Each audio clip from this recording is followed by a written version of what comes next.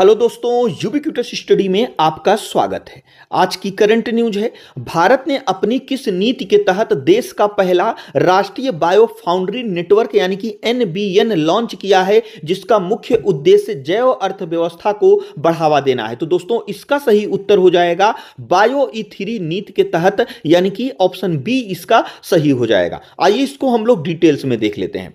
दोस्तों भारत ने बायो ई3 नीति के तहत अपना पहला राष्ट्रीय बायो फाउंड्री नेटवर्क लॉन्च किया है। और अगर हम बायो ई3 नीति और एनबीएन के शुभारंभ की बात करें तो दोस्तों भारत ने अपनी पहली व्यापक राष्ट्रीय जैव प्रौद्योगिकी नीति बायो ई3 के तहत राष्ट्रीय बायो फाउंड्री नेटवर्क की शुरुआत की है। यह पहल जैव प्रौद्योगिकी विभाग द्वारा 2025 में लॉन्च की गई। बायो ई3 और एनबीएन की बात करें तो इन दोनों के बीच में अंतर हम लोग सबसे पहले समझ लेते हैं। तो सबसे पहले हम लोग बायो ई3 की अगर हम बात करें तो दोस्तों बायो ई3 नीति की मंजूरी केंद्रीय मंत्रिमंडल द्वारा अगस्त 2024 में दी गई थी और इसी नीति के तहत राष्ट्रीय बायो फाउंड्री नेटवर्क पहल को अगस्त 2025 में लॉन्च किया गया। कहने का मतलब यह हुआ कि जो बायो ई3 है दोस्तों, बायो ई3 का मतलब इसमें होता है, जो बायो है इसका मतलब होता है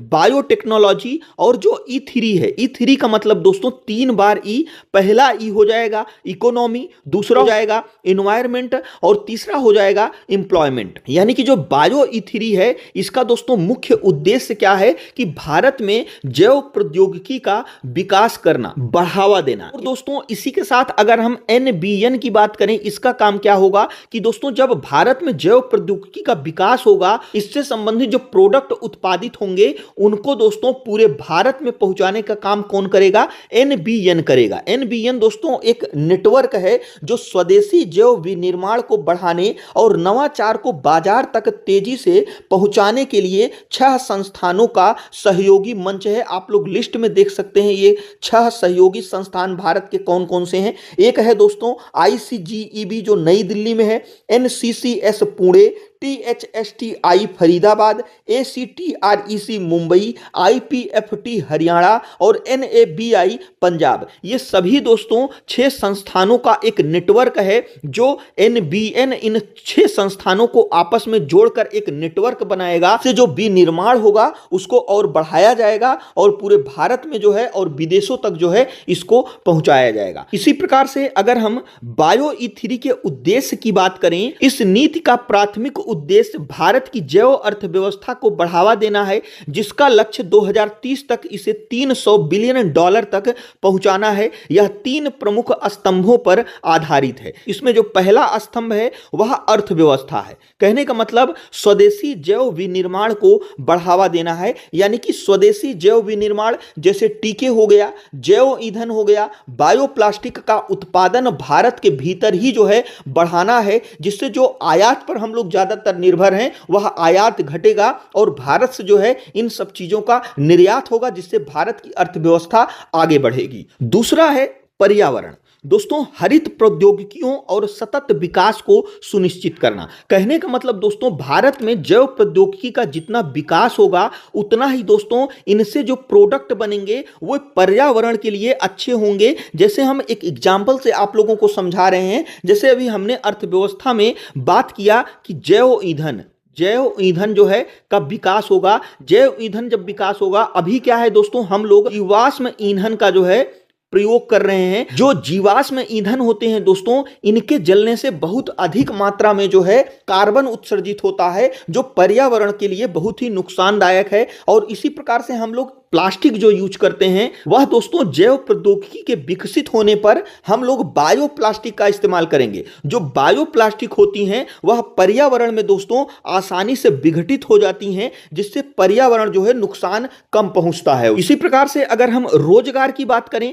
तो दोस्तों कुशल मानव संसाधन और रोजगार के अवसर पैदा करना है। दोस्तों बायो ई3 एक ऐसा ढांचा है जिसके द्वारा एक तीर से 3 निशाना साधा जाएगा। कौन कौन सा? एक दोस्तों अर्थव्यवस्था। इससे दोस्तों क्या होगा, भारत की अर्थव्यवस्था में पैसा आएगा। दूसरा है पर्यावरण, यानी कि जो जैव प्रौद्योगिकी से जो प्रोडक्ट पैदा होंगे उनसे दोस्तों पर्यावरण की रक्षा होगी, यानी कि पृथ्वी को बचाना होगा। इसी प्रकार से जो तीसरा है वह रोजगार है। तो इससे दोस्तों क्या होगा, लोगों के लिए अवसर पैदा होंगे रोजगार के। अब दोस्तों हम लोग समझ लेते हैं एनबीएन की जो है भूमिका क्या होगी। तो दोस्तों राष्ट्रीय बायो फाउंड्री नेटवर्क यानी कि एनबीएन इस नीति का एक महत्वपूर्ण कार्यान्वयन अंग है। इसके अगर हम कार्य की बात करें तो एनबीएन देश के 6 प्रमुख जैव प्रौद्योगिकी संस्थानों, जिसकी हम लोगों ने अभी चर्चा किया, आप लोग लिस्ट में फिर से देख सकते हैं इन 6 संस्थानों को, तो दोस्तों को जोड़ता है, यानी कि इनको आपस में जोड़ेगा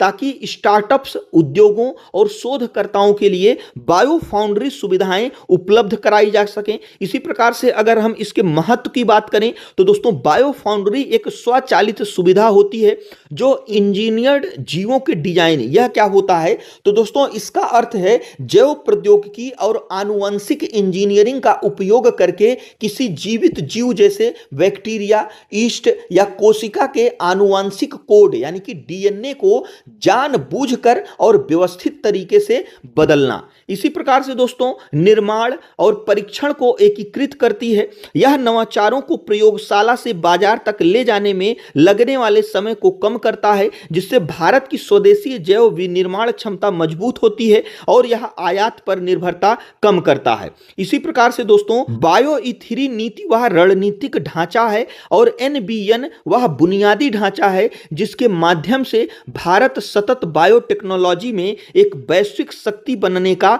लक्ष्य रखती है। इसी प्रकार से दोस्तों यह हमारा आज का करंट अफेयर्स था। जो हमारा आज का क्वेश्चन है वह है, किस देश ने पशु चिकित्सा स्वास्थ्य सेवा को बढ़ाने और जैव सुरक्षा सुनिश्चित करने के लिए पशु रक्त बैंकों के लिए अपने पहले राष्ट्रीय दिशा निर्देश पेश किए? तो इसमें से कौन सा ऑप्शन सही है हमें कमेंट बॉक्स में जरूर बताइएगा। और दोस्तों यदि वीडियो यूजफुल लगा हो तो हमारे चैनल को जरूर सब्सक्राइब करिएगा। वीडियो देखने के लिए आपका बहुत बहुत धन्यवाद।